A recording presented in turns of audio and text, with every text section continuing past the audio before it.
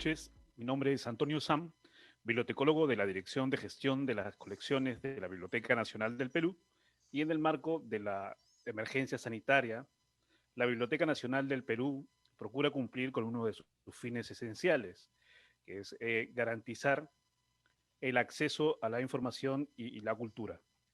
Consecuentemente, rinde homenaje a las mujeres ilustradas del siglo XIX y el siglo XX, con una serie de disertaciones sobre las principales colecciones patrimoniales que tienen un nexo común, la figura de la mujer en la intelectualidad, donde se señala además detalles de la propia colección, su relación intelectual con otros eruditos del mundo y el valioso repertorio de autógrafas y dedicatorias en su colección, una parte vital del acervo documental y bibliográfico que custodia la Biblioteca Nacional del Perú.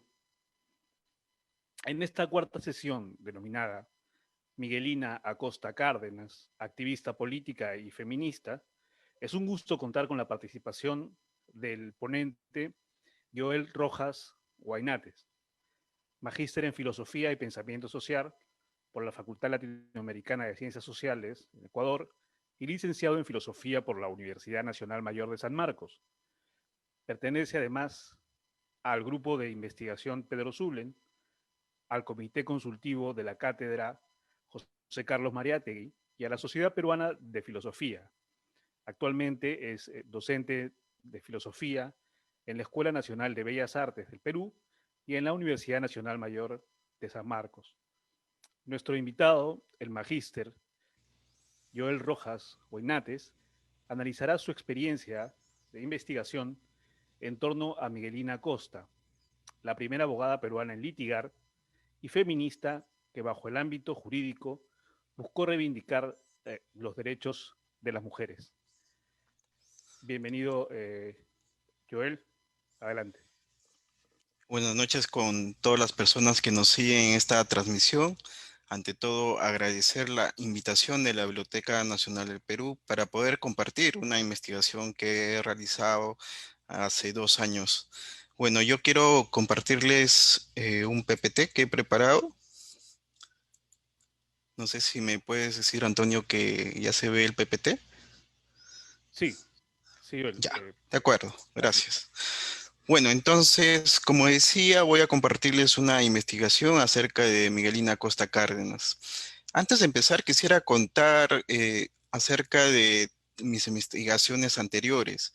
Como ya ha mencionado Antonio Sam, yo soy de la Universidad de San Marcos y pertenezco a un grupo de investigación. El grupo de investigación se llama Pedro Zule.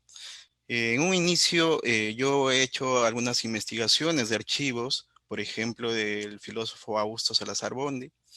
También he realizado una investigación sobre Pedro Zule y también he realizado una investigación sobre Dora Mayer.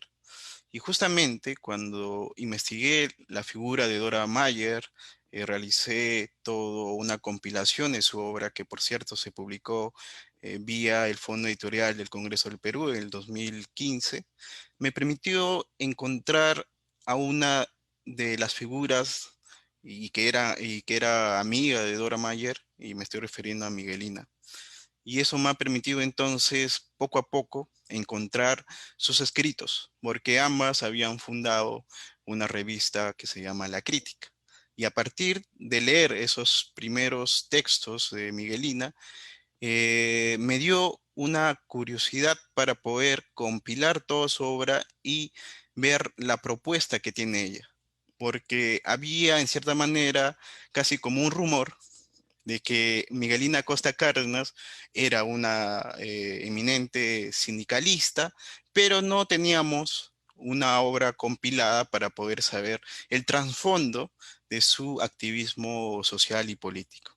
De esa manera entonces inició esta investigación mía, pues he ido a diferentes bibliotecas, por ejemplo la biblioteca de la Universidad de San Marcos. También he visitado la Biblioteca Nacional del Perú, donde ahí pueden ubicar las dos tesis de Miguelina, esas dos tesis de temática feminista, y también pueden encontrar toda la colección casi completa de la revista La Crítica, ¿no? Y que me ha permitido entonces encontrar algunos artículos que me faltaba sobre la obra de Miguelina Costa Cárdenas. Entonces, ya entrando al tema de Miguelina Costa Cárdenas, debemos saber acerca de la familia. Como ustedes pueden ver en las fotografías que me han sido facilitadas por la familia Acosta, que los agradezco, sobre todo a Joaquín eh, Vargas, que me ha permitido poder investigar algunos manuscritos inéditos de Miguelina, que ya voy a mencionar más adelante, pero también me ha permitido obtener algunas fotografías como las que ahora le estoy compartiendo. Pueden mirar entonces a la mano izquierda los padres de Miguelina, que es Miguel Acosta y Grimanesa Cárdenas. Bueno, la familia de Miguelina era una familia muy extensa. Ahí pueden ver a sus 4 hermanos, Julio, Pedro, Darío y Miguel. Los 3 primeros van a estudiar abogacía en la Universidad de San Marcos. Y posteriormente ellos van a pertenecer a las primeras generaciones apristas. ¿De acuerdo? También ahí tenemos a Miguel, que él es un ingeniero. Y debajo tenemos a Miguelina en el medio y a sus 2 hermanas, Clara y Clotilde. Son muy importantes estas 2 hermanas porque le van a acompañar durante toda su vida de Miguelina y sobre todo en la etapa limeña. ¿Ya? Vamos a ver cómo va a llegar a Lima, cómo va a ser esa participación en diferentes instituciones de mujeres. Entonces vamos a pasar a la siguiente diapositiva. Ahí podemos ver sobre el tema del boom del caucho y las exportaciones. ¿Por qué? La familia de Miguelina, su papá Miguel, era un empresario y tenía varios negocios en Moyobamba y en Yurimaguas, ¿no? Ahí entonces, en el contexto del boom cauchero, él tenía algunos negocios como el transporte de importación y exportaciones. Y además hay que recordar que los magnates caucheros siempre viajaban a Europa. ¿Y cuál era la vía para viajar a Europa en aquella época? Era a través del río Amazonas, como ustedes pueden ver ahí en la imagen. Era más rápido llegar a partir del Amazonas a Europa que partir de Lima. Entonces los magnates caucheros siempre utilizaban esta vía para trasladarse. Hay algunos anécdotas acerca de estos caucheros, de los magnates caucheros, en la que incluso mencionaban que mandaban a lavar su ropa a Europa, ¿de acuerdo? También sabemos acerca de todo este contexto de que los caucheros explotaban a las personas de las comunidades originarias del Amazonas, ¿no? Eso ha sido denunciado y sobre todo por el gobierno inglés. Aparte de, digamos, del problema ético que podría haber ahí, lo que también estaba detrás, que el gobierno inglés pretendía llevar el cultivo del caucho a una de sus colonias, y me estoy refiriendo a las Indias, y realmente lo logró. Y eso ocasionó toda una crisis en el sector de la Amazonía.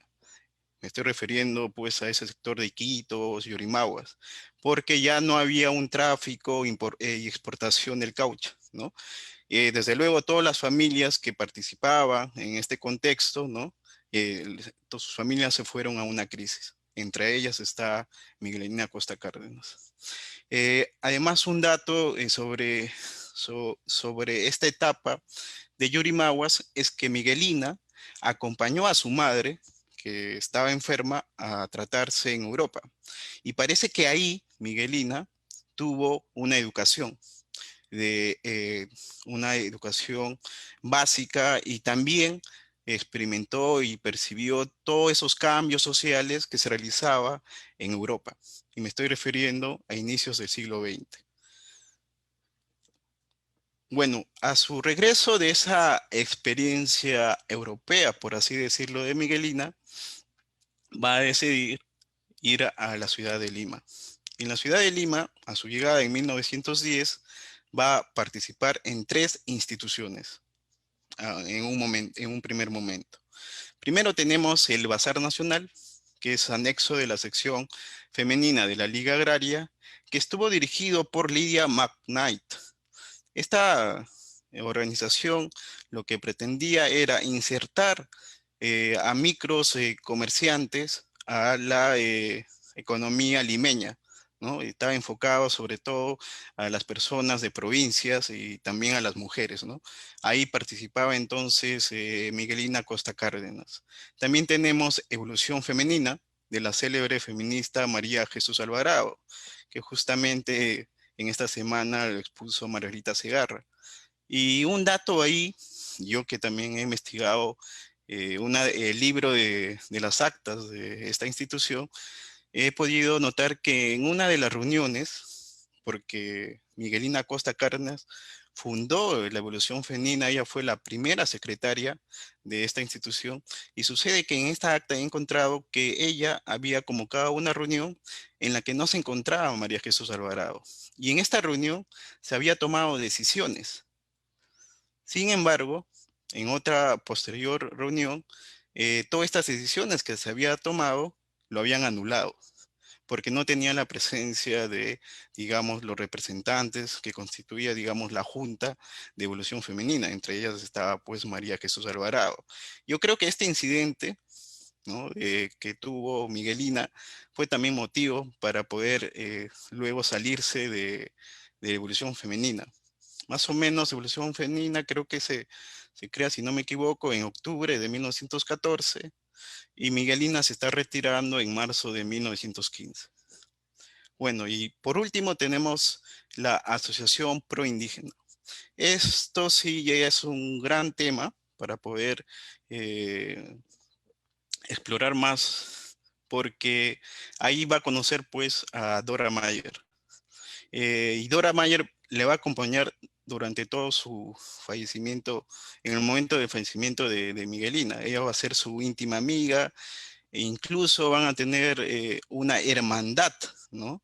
Esa sororidad que actualmente se habla entre las mujeres, porque en un primer momento Dora Mayer va a tener un amorío o una propuesta de amorío con Pedro Zule, cuestión que, digamos, la Lima Cucufata de aquella época había sido todo un escándalo. En un artículo, Miguelina Costa Cárdenas, a partir de todo este escándalo amoroso de Dora Mayer y Pedro Zule, empieza a pensar acerca de lo que de lo que ella llama el amor libre.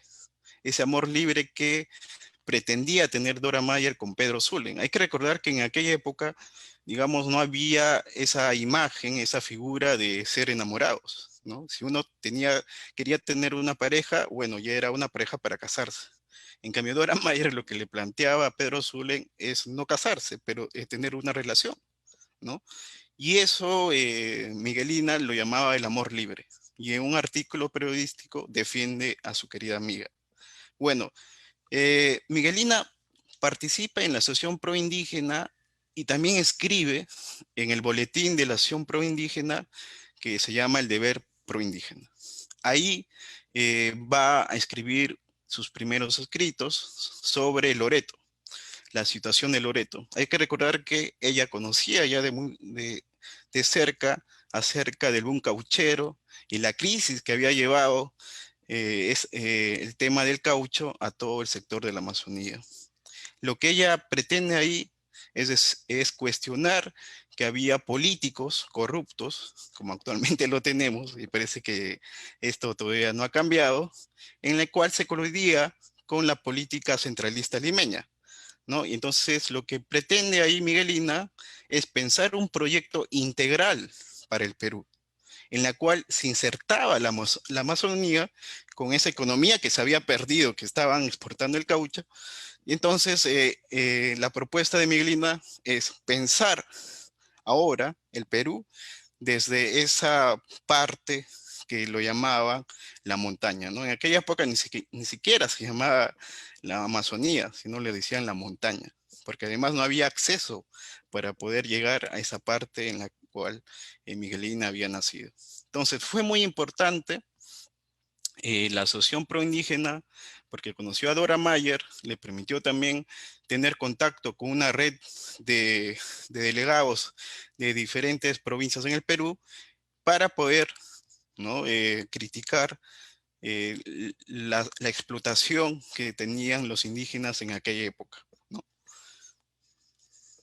Y bueno, y paralelo a la participación de Miguelina en la Asociación Pro Indígena, se va a matricular en la Facultad de Filosofía y Letras en 1913 de la Universidad de San Marcos.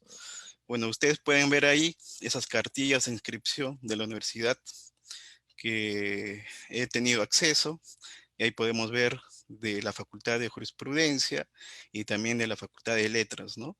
Eh, en 1915, paralelamente a sus estudios en la Facultad de Filosofía y Letras, Miguelina se va a inscribir. Parece que no va a terminar sus estudios en la Facultad de Filosofía y Letras, pero sí en la Facultad de Jurisprudencia, que ya vamos a ver en sus dos tesis, ¿no? Bueno, debido al problema que tuvo Dora Mayer con Pedro Zuluen, que causó todo un escándalo, eh, se, se descompone la Asociación Pro Indígena, ¿no? Joaquín Capello, que era el presidente de la asociación, renuncia a su cargo y también lo hace Pedro Zuluen. Después de desintegrarse la Asociación Pro Indígena, lo que hace Dora Mayer es coordinar con Miguelina Costa Cárdenas la creación de la revista La Crítica. Y esta revista es muy interesante y que la Biblioteca Nacional del Perú tiene la mayoría de los números. Creo que le falta uno nada más que no he podido encontrar. Y que sería necesario digitalizarlo para que todo el público en general pueda acceder. ¿Y por qué es importante esta revista? Por tres temáticas. Uno, se va a retomar el tema del indigenismo, que ya estaba en la Asociación Proindígena. Segundo, va a ser una plataforma para escribir de las feministas, porque ahí van a escribir varias feministas. Una de ellas es María Jesús Alvarado, que también ahí va a participar. Y por último, el sindicalismo, ¿no? Ahí van a escribir, por ejemplo, Delfín Lévano. Y Delfín Lévano va a ser un allegado, un amigo de Miguelina. Incluso hay que recordar que Delfín Lévano va a escribir una canción a Miguelina llamado El Perseguido. Y en esa canción del Perseguido trata acerca de las personas que son encarceladas. ¿Por qué? Por justamente reclamar sus derechos sociales. Y ya en esta época, en esta canción que le dedica Delfín Lévano, es como que ya está viendo lo que le va a pasar a Miguelina más adelante, porque justamente vamos a ver cuando Miguelina va a ser encarcelada en 1927.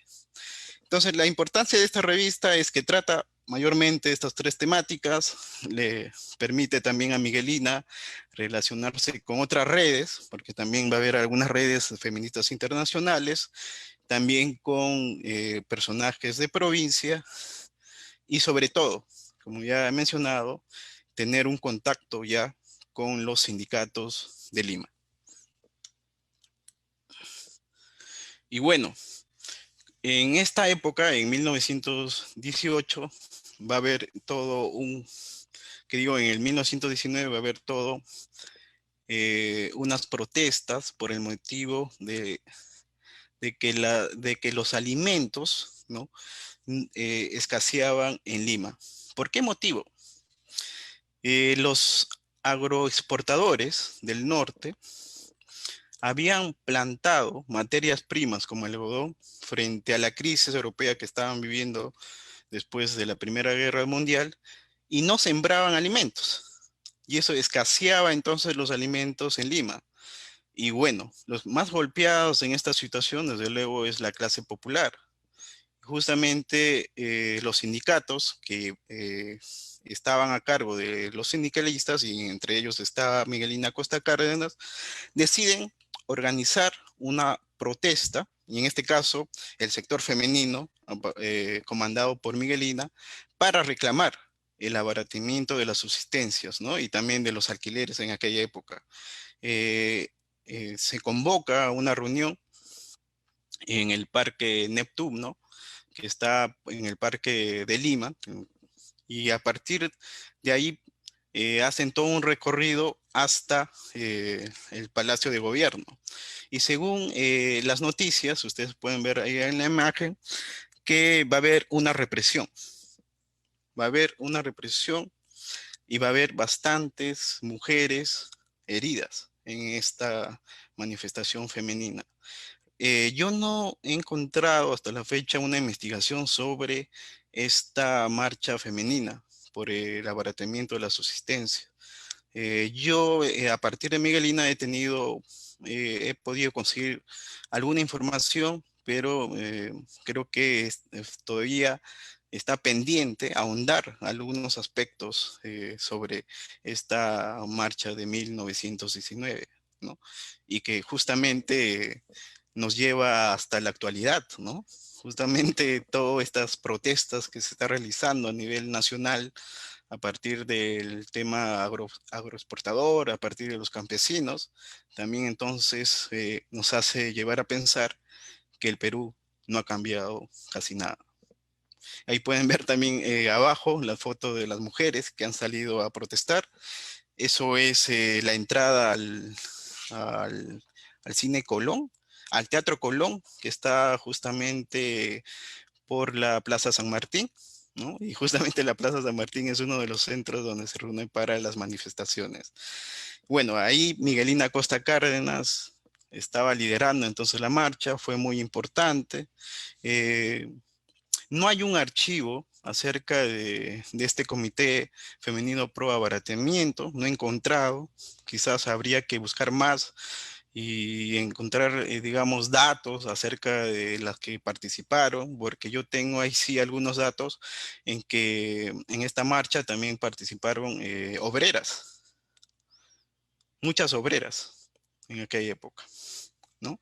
Entonces es un hecho muy importante esta marcha de 1919.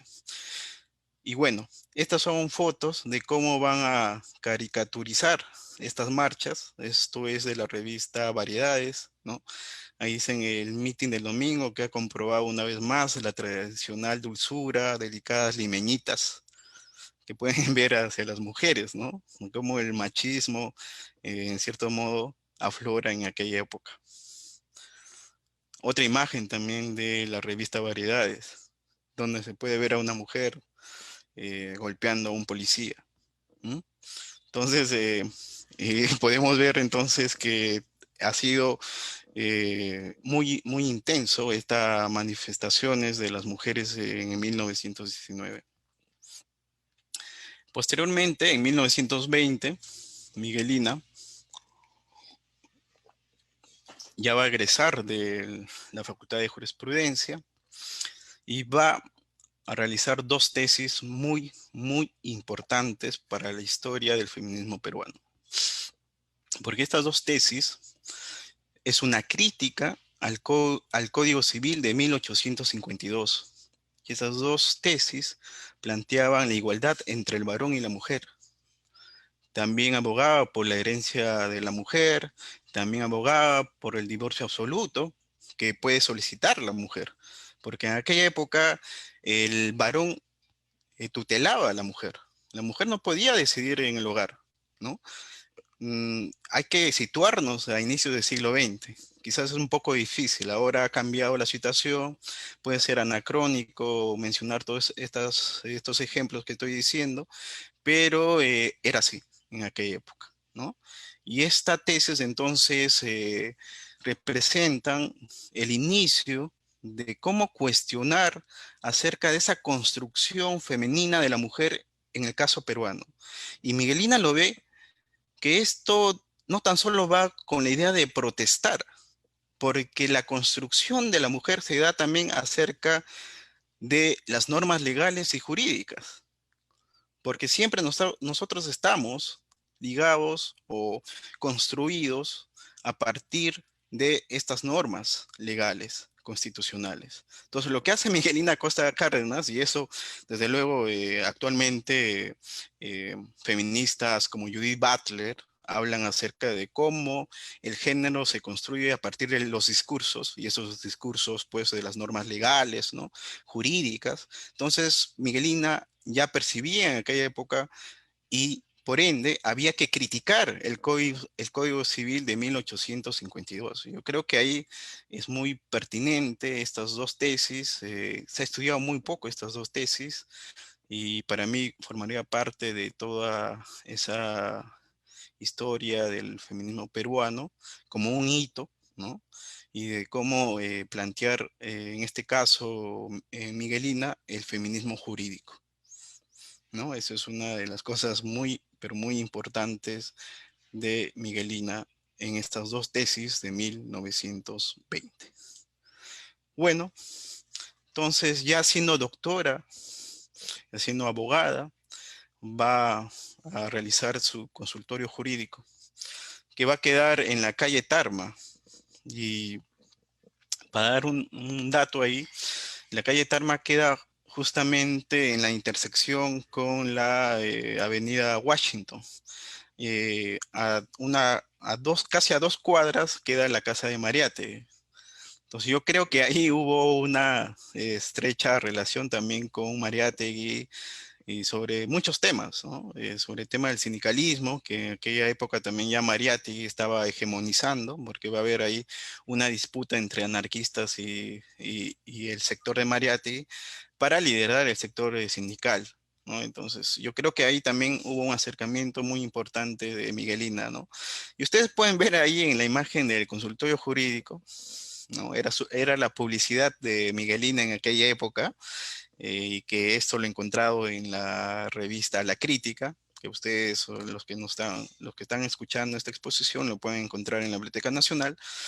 Ahí ustedes pueden ver la especialidad de Miguelina: derechos de la mujer dentro y fuera del matrimonio, separación de cuerpos y bienes, divorcio absoluto, derechos de familia, etcétera, etcétera, ¿no? Delitos contra el honor sexual.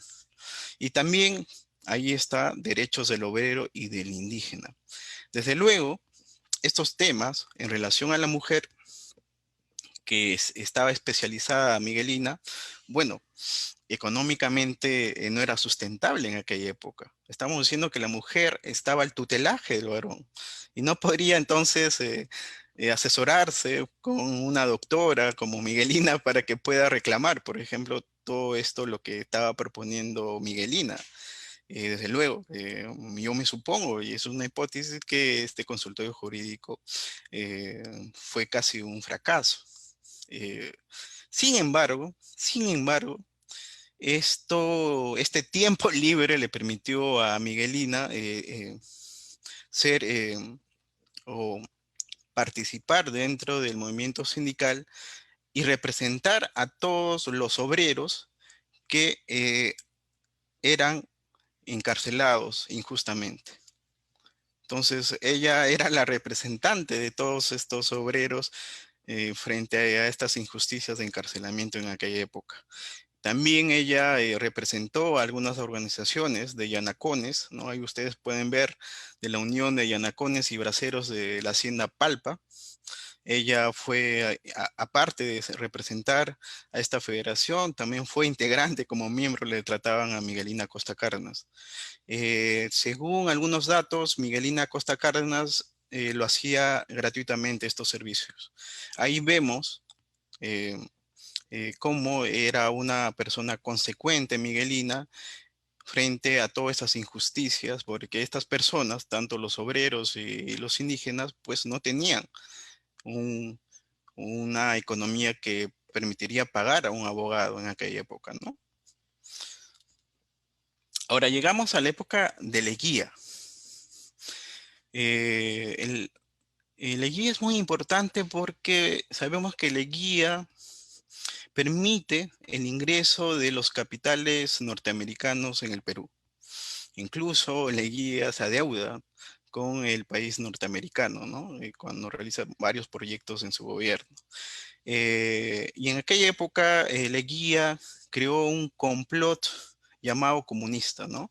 Porque había diferentes protestas en aquella época, sobre todo protestas dirigidos por los sindicalistas, porque los derechos laborales en aquella época, y como sucede actualmente, y eso es, digamos, de actualidad, pues los trabajadores no tenían derechos laborales. Entonces ahí pedían pues subir el sueldo, ¿no? A los dueños de empresas, ¿no? Etcétera. Y en aquella época también sucedía lo mismo. ¿Y qué es lo que hace Leguía? Leguía crea un psicosocial.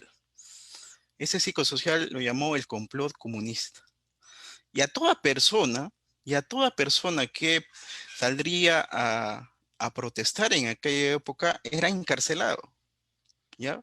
Ahí estaba, pues, por ejemplo, el sector de los anarquistas, estaba el sector de los comunistas con José Carlos Mariatti, también el sector de los socialistas, todos ellos eran encarcelados.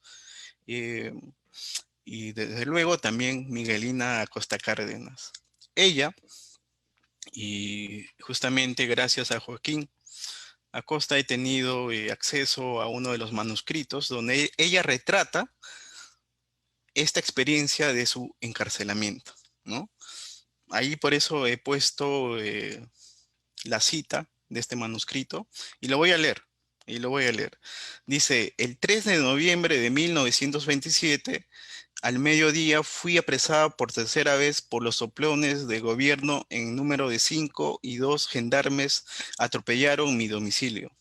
Fui conducida a la comisaría de Santo Tomás. Encerrada en uno de los calabozos, pasé la noche sobre una estrecha banqueta en una cárcel de 4 metros de alto y de 2 de largo y de 2 de profundidad. Desde el primer día me declaré en huelga de hambre, hasta el día 9 en que salí a mediodía acompañada por Berta Ríos y Victoria Medrano, que fueron a sacarme después de haber gestionado mi libertad con el entusiasmo de siempre, como verdaderas amigas, procurando interesar a todos y logrando el concurso de la señora Elisa Rodríguez Parra de Rosell y otras personas más, entre las que se encuentran los senadores y diputados por Loreto. Y ahí vemos también esa relación de sororidad, de hermandad entre las mujeres, ¿no? Las propias mujeres van a, a- a ver el asunto del encarcelamiento de Miguelina. También ustedes pueden ver en la imagen de la derecha, es un artículo de Dora Mayer, lo titula Un caso alarmante, en la cual indica justamente el encarcelamiento de Miguelina y que Miguelina toma la decisión de ir en una huelga de hambre, ¿no? Entonces, eso fue un suceso muy importante también en la vida de Miguelina. Y como ya habíamos dicho anteriormente, Delfín Leva, ¿no? Ya le había dedicado esta canción El Perseguido, ¿no?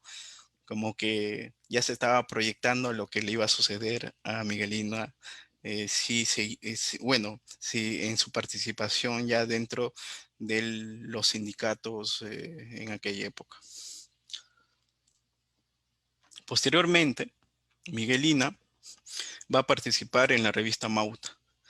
Ahí hay que contextualizar un poco, porque después de la llegada de José Carlos Mariátegui al Perú, después de su experiencia europea, va a disputar la hegemonía de los sindicatos, porque antes de Mariátegui la hegemonía lo tenían los anarquistas. Y ya habíamos dicho que Miguelina era cercano a los anarquistas.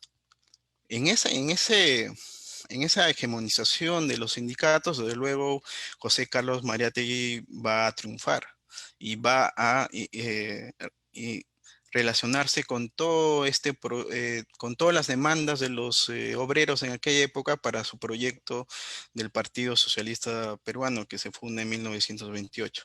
Pero también fue muy importante la revista Mauta en aquella época para la participación de los intelectuales, ¿no? Ahí en ese sentido, José Carlos Mariátegui pensaba que era importante la articulación de los intelectuales en el proyecto también de llamado socialista, ¿no?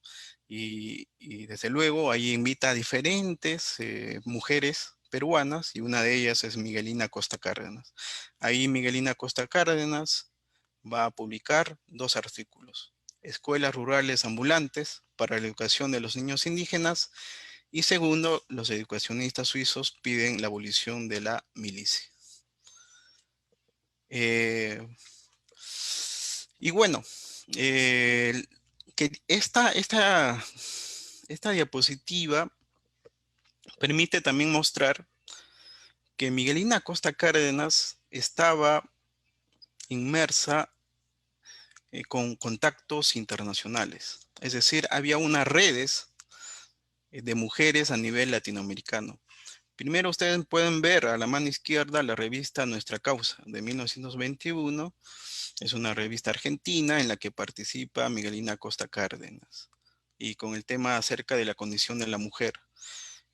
También tenemos en el medio, ustedes pueden ver la revista Fémina, es una revista dirigida por Petronila Angélica Gómez y ella es de República Dominicana. También participó en la revista Feminismo Internacional, que fue dirigido por Elena Arismendi, y también en la revista La Raza de España, ¿no? En la que colaboraba Carmen de Burgos. ¿Y por qué puse esos dos nombres ahí en la diapositiva? Me estoy refiriendo a Elena Arismendi y Carmen de Burgos. Elena Arismendi es una feminista mexicana y que fue pareja de uno de los filósofos muy reconocidos mexicanos. Me estoy refiriendo a José Vasconcelos. Y cuando Elena viaja a Estados Unidos y se asienta en Nueva York, va a crear la revista Feminismo Internacional. ¿Pero por qué motivo? Porque en estas redes feministas de las mujeres a nivel del continente americano, estuvo dirigido por las feministas norteamericanas. Y las feministas norteamericanas tenían una agenda particular, específica de ellas, y que pensaban que esa agenda deberían ser adoptados por todas estas organizaciones femeninas en los países latinoamericanos.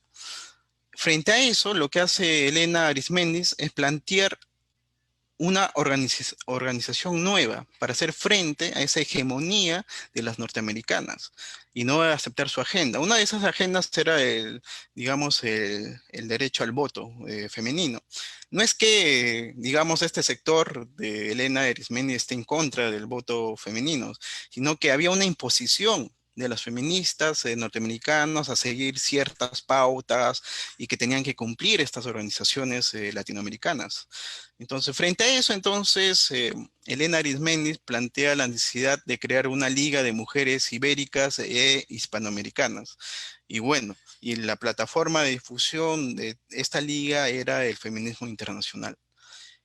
En el caso de Carmen de Burgos, también, ¿por qué la menciono? Porque ella es una feminista española, porque ella viajaba mucho a Latinoamérica, tenía muchos contactos con feministas latinoamericanas. Una de ellas es Miguelina. He podido encontrar ahí un volante de aquella época en la que señala que es un recuerdo que tiene Miguelina a partir de la llegada de Carmen Burgos, de Burgos a Lima. Y justamente ahí tuvieron un almuerzo en el Hotel Bolívar, ¿no? Entonces, todas ellas están conectadas. Hay una red detrás y que participan y son delegados. Miguelina ya era una delegada peruana en estas organizaciones y la revista La Raza es una revista española, ¿no? En la que ahí colaboraba Carmen de Burgos. Yo creo que Carmen de Burgos ahí invitó a Miguelina a participar. Es muy interesante entonces también analizar esos artículos de Miguelina y para poder ver que las mujeres en aquella época, estamos hablando de las dos primeras décadas del siglo XX, también tenían unas redes internacionales en las que participaban, se carteaban, ¿no? Y que habría que ver, ¿no? Todos estas cartas que estarían en archivos, no sé, por ejemplo, de Elena Arismendi, que es una mexicana, la de Carmen Burgos, también de española, y para encontrar también las cartas que las feministas peruanas les enviaban a ellas, ¿no? Entonces, ahí podemos entonces tener ya un trabajo más amplio de investigación para conectar el feminismo peruano con estas redes internacionales. Y también abajo del diapositiva puse ahí un artículo muy interesante, que es el activismo político y feminismo en la República Dominicana, Petronila Angélica Gómez y la revista Fémina, ¿no? Que es de la investigadora Mercedes Fernández Asenjo, que ella también, aparte de ese artículo, ha realizado una tesis muy interesante donde habla acerca también de la Liga de Mujeres Ibéricas e Hispanoamericanas y trata con más detalle cuál era, digamos, las demandas particulares de las feministas latinoamericanas en aquella época, ¿no? Frente a la hegemonía de las feministas norteamericanas. Bueno, entonces, en conclusión, eh, mi investigación que no está terminado, yo creo que he dado solo algunos datos. Estoy ahondando en muchos aspectos acerca de la vida y obra de Miguelina y que me permiten, digamos, tener ya una visión integral sobre ella. Tan solo les he compartido algunos hechos biográficos de ella y de sus obras más generales, como las tesis, como ya les he mostrado. Todo ello me permite sostener que Miguelina Acosta Cárdenas es una feminista interseccional. ¿Por qué una feminista interseccional? Porque hay tres temáticas que siempre trata ella y que no son temáticas aisladas. Me estoy refiriendo al tema de la raza, ¿no? Ella estaba participando en la Asociación Proindígena. Me estoy refiriendo también a la siguiente temática de este feminismo interseccional, es el tema de las condiciones laborales. Y por último tenemos el tema de género. Son tres temáticas muy interesantes en este feminismo interseccional de Miguelina que nos permite a nosotros pensar actualmente el rol de la mujer frente a nuestro contexto, este contexto complicado que tenemos actualmente y en el Perú, y de cómo puede haber un compromiso siguiendo a Miguelina, ese activismo social y político, frente a las injusticias sociales que existen y que no ha cambiado mucho en el Perú. Bueno, hasta ahí podría, y tan solo quería agregar que este trabajo de investigación me ha permitido compilarlo en un libro. El libro se llama Escritos Selectos y salió bajo el sello editorial Heraldos Editores, ¿no? Muchas gracias, Antonio. Entonces, hasta ahí queda mi exposición. Muchas gracias. Joel, em, teníamos algunas preguntas. He sabido que Miguelina fue parte de los estudiantes que empujaron las reformas universitarias, ¿no? ¿Cuál fue su participación en esta lucha? Es lo que nos pregunto. Bueno, a ver, sobre ese tema también es un tema que todavía estoy encontrando documentos. Lo que sí, hay un artículo de Miguelina que habla sobre Víctor Raúl Haya de la Torre, porque hay que recordar que Víctor Raúl Haya de la Torre era el presidente de la Federación de Estudiantes. Lo que ya estaba haciendo Miguelina era cuestionar que esta federación está liderado por varones y más bien que debería también estar, digamos, en conjunto con las estudiantes, ¿no? Que eran pocas, claro, en la universidad, pero pues ya la presencia de Miguelina fue una presencia muy importante para la Universidad de San Marcos. Yo creo que hay una deuda de la Universidad de San Marcos también para poder hacer algo en relación a Miguelina, ¿no? Ya hemos visto su trayectoria, su compromiso social. Entonces, y en aquella época entonces su participación sí, yo creo que estuvo ahí, ella fue representante también de las mujeres universitarias, pero no hay muchos datos, ¿no? Aparte de eso que yo he conseguido, no hay muchos datos, yo creo que ahí todavía hay que ahondar sobre esa etapa. Lo que sí he encontrado algunas cosas ahí es que, claro, cuando vas a revisar acerca de los cursos que tomó Miguelina en la Facultad de Jurisprudencia o en la Facultad de Filosofía y Letras en aquella época en San Marcos, puedes encontrar también la ficha de Víctor Raúl allá en la torre. O sea, eran compañeros, eran compañeros. Y además, un dato también que no he mencionado es que Miguelina va a participar en el periódico La Tribuna que era del partido aprista, ¿no? Con algunos artículos. Partido Aprista. Ya había mencionado que los hermanos de Miguelina formaron parte de las primeras generaciones apristas. Entonces también había, de parte de los apristas, había un aprecio a Miguelina, porque ahí también había un comunicado apoyando a Miguelina, porque sucede que Elvira García y García, que en aquella época era directora de un colegio de mujeres, no me acuerdo cuál, y que no le permitió a Miguelina ser docente. ¿Y cuál era el motivo? Porque Miguelina tenía antecedentes policiales, estaba encarcelada y por tal motivo no le permitía ser parte de la plana de docentes. Y desde luego hubo quejas, hubo un montón de quejas de amigas de Miguelina. Dora Mayer también estuvo ahí quejándose y el periódico La Tribuna también lo hizo, ¿no?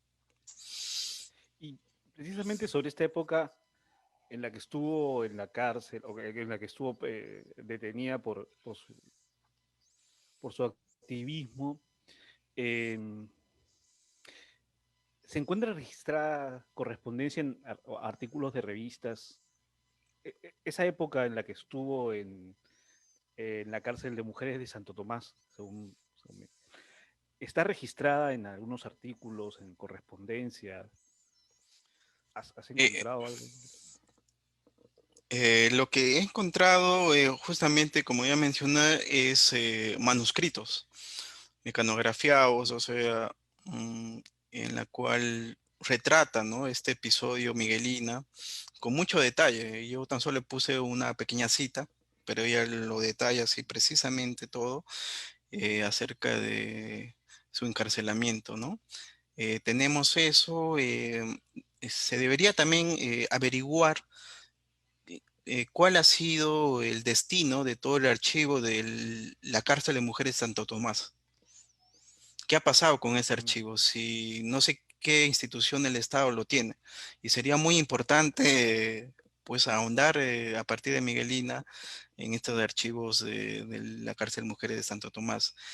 Pero por otro lado, el archivo del Centro de la Mujer Peruana, Flora Tristán, ahí en su archivo tienen documentos de Dora Mayer. Y ahí he encontrado cartas de Miguelina. Son unas cartas muy íntimas, entre ellas. Incluso hay unas cosas que le dice que Miguelina que le extraña a Dora Mayer, que sus hermanas le extrañan, que ya tiene que regresar a Lima porque Dora Mayer viajó a Jauja, ¿no? Siguiendo a Pedro Zulen. Pues Zulen estaba enfermo de tuberculosis, tenía que tratar en Jauja y Dora Mayer se va detrás de él. Y Miguelina le escribe y le dice pues que ya que vuelva a Lima, ¿no? Porque sus hermanas le extrañan y extraña incluso la sopa que preparaba Dora Mayer, así, cosas muy íntimas entre ellas. Ahí hay, digamos, unas cartas entre ellas y aparte hay otras cartas también que ya eran públicas. En las cartas que le manda al presidente Pardo, Miguelina, a propósito de las manifestaciones de 1919, y también hay unas cartas públicas al presidente Leguía, ¿no? Sí, tan solo hay ese material de Mm. cartas, no hay otras, lamentablemente. No sé qué habrá pasado con En el con archivo, este ¿no? tema del archivo, Eh, ¿no? hay una pregunta aquí que nos hacen. En 1920, Miguelina sustenta su primera tesis. Nuestra institución del matrimonio rebaja la condición jurídica y social de la mujer, ¿no? ¿Podrías comentarnos cuál era la hipótesis de dicha tesis? Más o menos. Bueno, una de las tesis era acerca del concepto de libertad, ¿no?